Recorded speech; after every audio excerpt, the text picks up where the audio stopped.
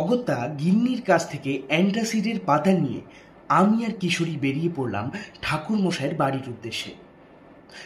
রাস্তার মোড় থেকে যখন ট্রামে চড়ে বসলাম, একটা অদ্ভুত বিষয় আমি লক্ষ্য করলাম। আমি কিশোরীকে যাই জিজ্ঞেস করি না কেন, সে শুধু হুঁ হ্যাঁ বলে সংক্ষেপে জবাব দিয়ে এড়িয়ে যাচ্ছে। এমনকি ট্রামে যে কজন গুটি কয়েক লোক ছিল, তারা বারবার আমাদের দিকে ঘুরে ঘুরে তাকাচ্ছে।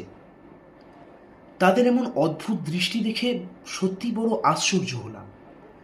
এমনকি টিকিট কাটবার সময়ও যখন আমি দুজনের টিকিট কাটলাম, ট্রামের কন্ট্রাক্টর তখন অদ্ভুতভাবে একবার আমার চোখের দিকে চাইল।